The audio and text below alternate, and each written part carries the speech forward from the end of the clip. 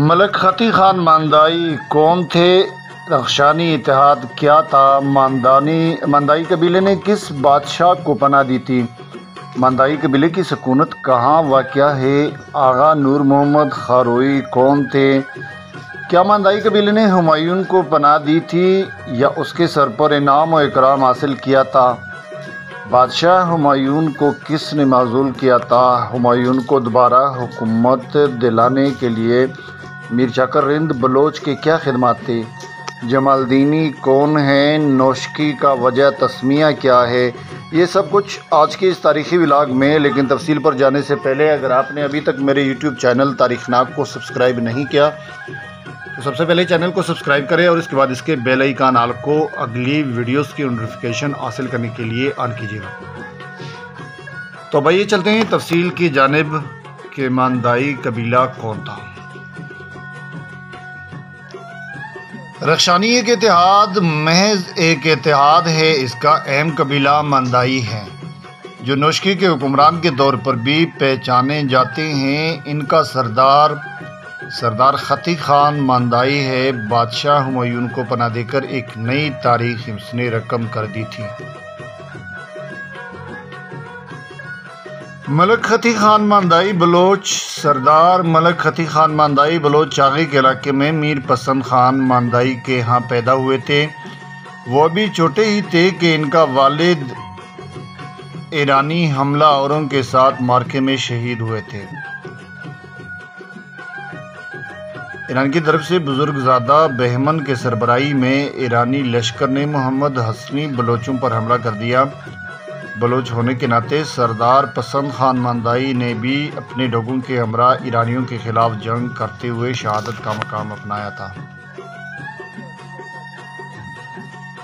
ملک فتح خان ماندائی نے اپنے چچا شیرجان کے جو اس وقت سیاریک میں مقیم تھا، آغا نور محمد خاروئی سے تعلیم حاصل کی اور تقریباً 14 سال بعد سرداری سنبھالی۔ اپنے منتشر قبیلے کو متحد و منظم کیا۔ ملک فتح خان ماندائی کو سرداری سنبھالے ابھی زیادہ عرصہ نہیں گزرا تھا کہ انہی دنوں بادشاہ ہند ہمایوں سے تخت چھین لیا گیا تھا اور وہ کمک اور پناہ کی خاطر سندھ اور بلوچستان کے راستے چھپتے چھپاتے ایران کی طرف عزم سفر ہوا تھا۔ اسی اثناء مرزا کامران جو اس وقت کابل کا بادشاہ تھا، اس کی طرف سے ملک فتح خان حاکم چاغی کو خلط اور طائف کے ساتھ ایک فرمان ملا جس میں لکھا تھا کہ اگر ہمایوں ادھر سے گزرے تو اسے گرفتار کر کے ہمارے حضور پیش کیا جائے، اور ساتھ ہی بے حد انعامات اور نوازشوں کا وعدہ کیا گیا تھا۔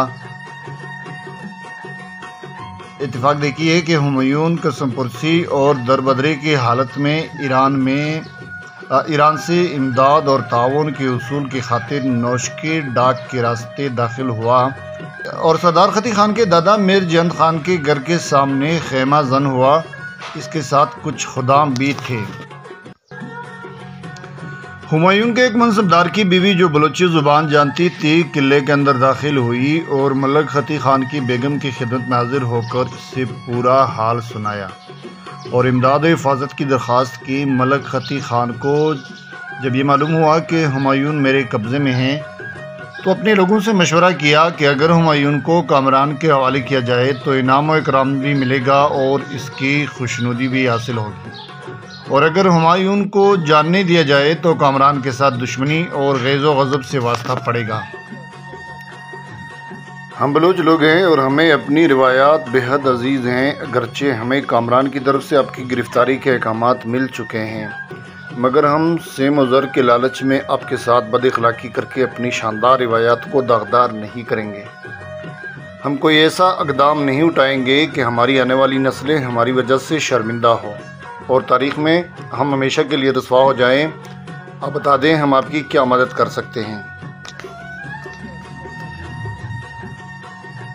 روایت ہے کہ ملک فتح خان نے 7 دن تک ہمایوں کو مہمان رکھا، ان کی تمام ضروریات پوری کی اور اس کی جان و مال اور عزت اور آبرو کی حفاظت کے لیے محافظ معمور کیے، اور رخت سفر کے علاوہ بے شمار گھوڑے اور اونٹ بھی اس کے ساتھ کیے، اور اپنی ذاتی حفاظت اور نگرانی میں ہمایوں کو ملک سپاہ یا سیاکو کے قریب سیستان میں دیوان چاہ کے مقام پر ناروئی ریکھی اسماعیل زئی بلوچوں کے جملہ سرداروں کو بلا کر مجلس کی۔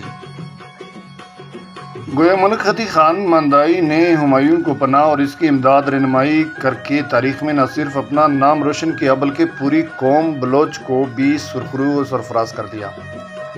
خطی دراصل ایک ترک خانہ بدوش تھا جو اپنے جانوروں کو خوراک کھلانے کے لیے ہر سال موجودہ زنگی ناوڑ آیا کرتے تھے، جس کی بہادری اور اخلاق سے متاثر ہو کر اس کا نام رکھا گیا تھا۔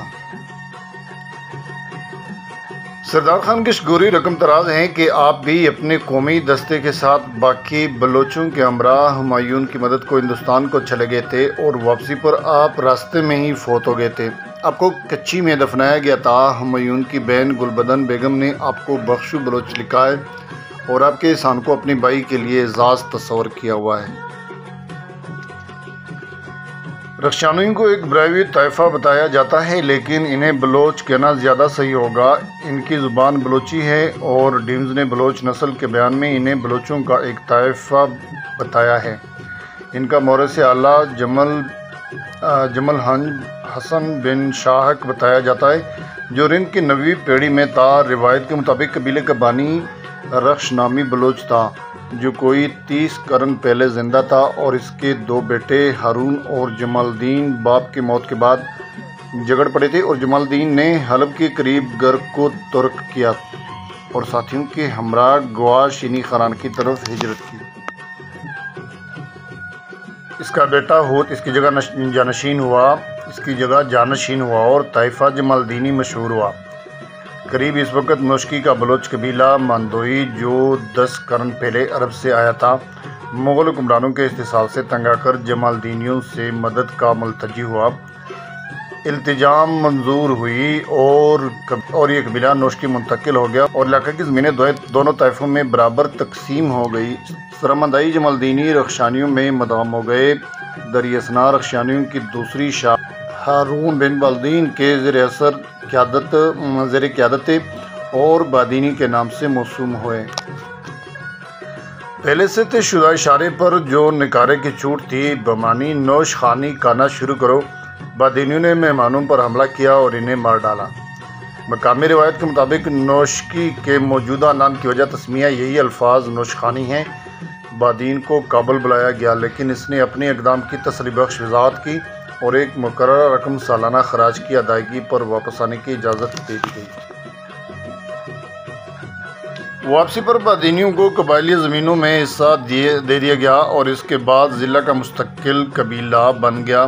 رخشانی کی کبار ترنگ اور حلمت میں ملتے ہیں۔ پوٹنگ کا کہنا ہے کہ رخشانی کاہل الوجود، جاہل، بے سلیقہ اور لٹیرے لوٹ مار تو پوری نسل کا خاصہ ہے، اور کمار بازی بھی مہمان نوازی اور قول کی پابندی جو ان کی ذاتی بہادری سے متعلق ہو، ان کی شیخیہ بالکل صحیح ہیں۔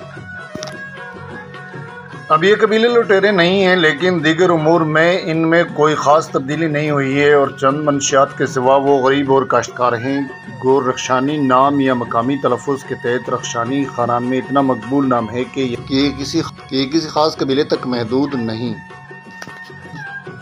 اس کا اصلی مطلب ہے صرف وادی رخشاں کا باشندہ ہے، لیکن بتدریج اس سے مختلف گروہوں کے لیے استعمال کر لیا گیا ہے۔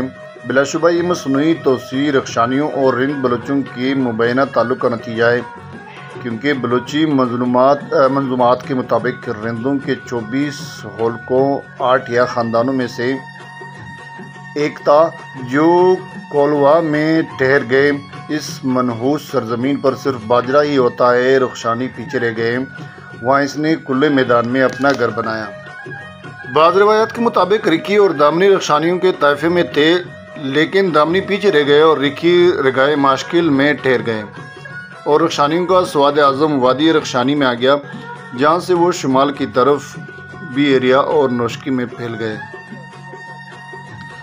یہ تھی بلوچوں کے ایک طائفے رخشانی یا ماندوئی قبیلے کے بارے میں تاریخی معلومات۔ آج کے لیے اتنا ہی۔ زندگی رہی تو اس طرح کی ایک اور تاریخی معلومات کے ساتھ بہت جلدی حاضر ہوں گے۔